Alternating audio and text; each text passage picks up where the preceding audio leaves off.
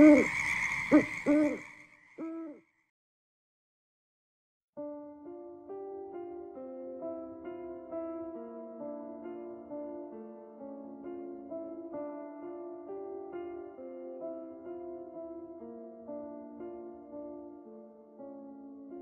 baby girl is mysteriously dropped off at an orphanage in Cleveland in 1945.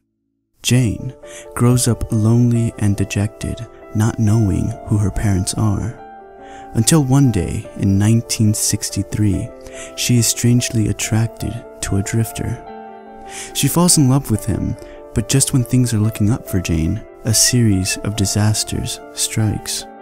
First, she becomes pregnant by the drifter, who then disappears.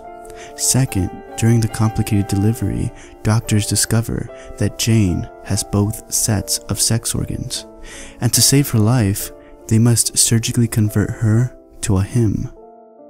Finally, a mysterious stranger kidnaps her baby from the delivery room. Reeling from these disasters, rejected from society, scorned by fate, he becomes a drunkard and a drifter. Not only has Jane lost her parents and her lover, but he has lost his only child as well. Years later, in 1970, he stumbles into a lonely bar called Pop's Place and spills out his pathetic story to an elderly bartender. The sympathetic bartender offers the drifter the chance to avenge the stranger who left her pregnant and abandoned, on the condition that he join the time traveler corpse. Both of them enter a time machine and the bartender drops the drifter off in 1963.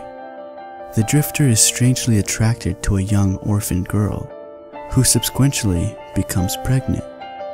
The bartender then goes forward 9 months, kidnaps the baby girl from the hospital, and drops the baby off in an orphanage back in 1945.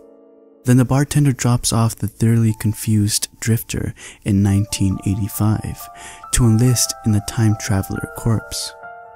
The drifter eventually gets his life together and becomes respected and an elderly member of the time traveler corps, and then disguises himself as a bartender and has his most difficult mission, a date with destiny, meeting a certain drifter at Pop's Place